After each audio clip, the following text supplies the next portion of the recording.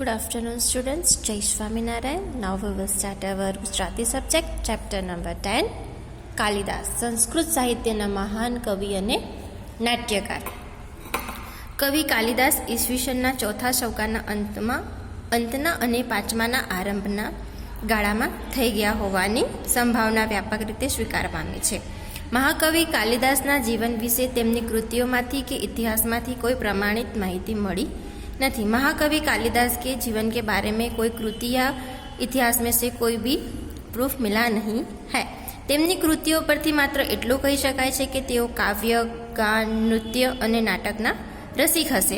કવિના જન્મસ્થાન અંગે અનેક પ્રદેશોના દાવા છે. સામાન્ય રીતે તેઓ કાશ્મીરના મનાય છે. વો કહા કે થે? કાશ્મીર કે થે. એમનું મુખ્ય કાર્યસ્થળ ઉજ્જૈન હોવાનું જાણવા મળે છે. આ પ્રદેશોમાં તેમનો ઉછેર થયો હશે એવું તેમની કૃતિઓ પરથી માનવા. ઉનકી કૃતિઓ પર से ऐसा माना जाता है कि वो काश्मीर के थे.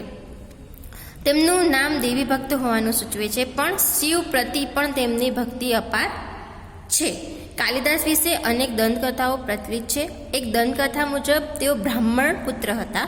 5-6 મહિનાની ઉંમરે તેમના માતા પિતાનું અવસાન થતાં એક કઠિયારાએ તેમને ઉછેર્યા હતા. કઠિયારા યાની લકડહરા, જો લકડિયા કાટતા હોય. ત્યાંની રાજકુમારીએ લગ્ન માટે અનેક મૂર્તિઓને નાપસંદ કર્યા. તેને અણગત બુદ્ધિના યુવાન કાલિદાસ સાથે પરણાવી દીધી. પતિની મૂર્ખતા જોઈને રાજકુમારીએ તેમને કાઢી મૂકતા તેમને કાલી માતાની ભક્તિ કરીને સુબુદ્ધિ અને કવિત્વ મેળવ્યા. क्या हुआ उनके साथ?